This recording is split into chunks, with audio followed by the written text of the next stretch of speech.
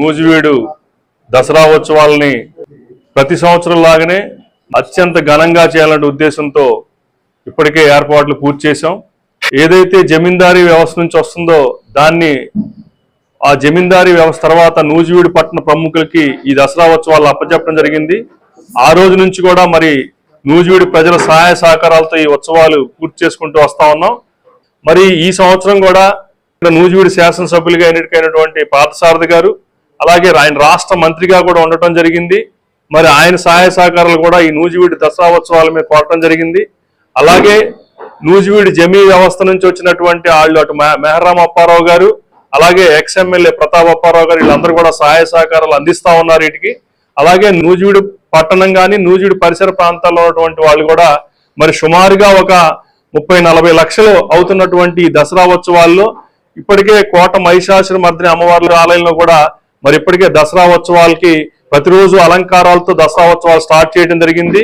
అందులో భాగంగానే మరి ఇటు దసరా ఉత్సవాలకు కానీ అన్ని విధాలా దీన్ని ముందుకు నడిపించి అత్యంత ఘనంగా చేయాలని చెప్పేసి నిన్న గౌరవనీయులు పార్థసారథి గారి ఆయన తరపు నుంచి ఈ యొక్క దసరా ఉత్సవాలకి 3 లక్షల రూపాయలు ఆయన పంపించడం జరిగింది. అలాగే అనేక రకాల ఇన్స్టిట్యూట్స్ ని కానీ ఇక్కడ ఉన్నటువంటి ఇండస్ట్రీస్ వారిని కూడా మేము కోరుతా ఉన్నాం. మేముగా మా కమిటీలో ఉన్నటువంటి వాళ్ళని కూడా ఒక 5 to 6 lakhs రేజ్ చేసాం. ఇప్పటికే అందరినీ కూడా కోరాము. అలాగే మిగిలినటువంటి వ్యవస్థలో ఉన్నటువంటి అందరినీ కూడా కోరడం జరిగింది. ఈ యొక్క ఉత్సవాల్ని మళ్ళీ ఏదైతే మనం సెకండ్ మైసూరుగా పిలువబడుతున్నటువంటి నూజివీడికి వన్నె తెచ్చే విధంగా అటు కోట మహిషాసుర మర్దిని అమ్మవారి ఆలయం కానీ ఇటు నూజివీడు దసరా ఉత్సవ కమిటీ ఆధ్వర్యంలో రియల్ ఎస్టేట్ లో సమీపూర్తి చేసి అక్కడి నుంచి దీనిలో కూడా అందరినీ పాల్గొనమని చెప్పాం. ఇప్పటికే అక్కడి నుంచి అత్యంత ఘనంగా చేయడానికి ఇప్పటికే అన్ని ఈవెంట్స్ ని కూడా మాట్లాడటం జరిగింది. అలాగే అన్నదానానికి కూడా ఏర్పాటు చేయడం జరిగింది. ఈ విధంగా ముందుకెళ్తా ఉన్నాం. అలాగే నూజివీడు పరిసర ప్రాంత ప్రజలు, అలానే నూజివీడు నియోజకవర్గ ప్రజలు, నూజివీడు పట్టణ ప్రజలు ఎక్కడైతే మనకు సుదూర ప్రాంతాలు వెళ్ళిపోయారో వాళ్ళందరూ కూడా దసరా ఉత్సవాలకు నూజివీడు వస్తారు. వాళ్ళందరినీ కూడా మరి కలుపుకొని ఈ దసరా ఉత్సవాలు ఘనంగా నిర్వహించాలనే ఉద్దేశంతో చేస్తా ఉన్నాం.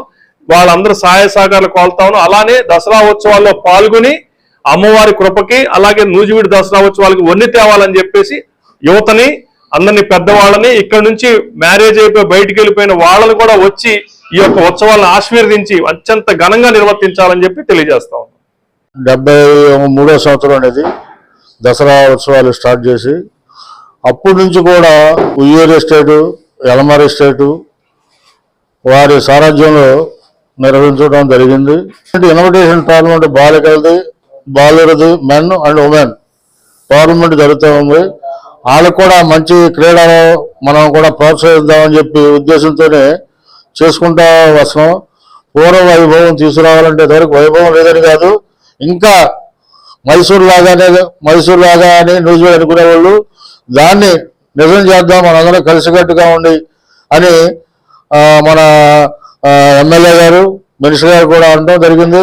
దానికి ఏ వెంకటేశ్వర గారు కూడా స్వచ్ఛందంగా ఆయన కూడా వచ్చి మాది కూడా నూజివీడు ఏరియా, నాది దగ్గర ఏరియా కాబట్టి నేను కూడా మీ వంతు సహాయం నేను చేస్తాను, మీతో పాటు నేను పాల్గొని ఈ దసరా ఉత్సవాలను అందరం వైభవంగా చేద్దాం. ఇది కుల ప్రాతిక మతం కాదు, అందరూ కలిసికట్టుగా దేవుడు ప్రోగ్రాం కాబట్టి ఇది అందరూ కలిసికట్టుగా వచ్చి దాతల సహకారంతో మనందరం ఒకళ్ళు ఎక్కువ ఒకళ్ళు తక్కువ కాదని చెప్పి సోదరుడు చెప్పినట్టు నిన్న మన మినిస్టర్ గారు అబ్బాయి వచ్చి నిన్న 3 లక్షలు ఆయన తన వంతుగా సహాయంగా ఇచ్చారు. ఆయన మన నూజివీడు ప్రజలు ఇక్కడ నుంచి వెళ్ళిపోయిన వాళ్ళు కూడా, మిగతా వాళ్ళు కూడా బయట ఉన్న ఇక్కడ నుంచి వెళ్ళిపోయి బయట స్థిరపడిన వాళ్ళు కూడా డొనేషన్లు ఇస్తారు.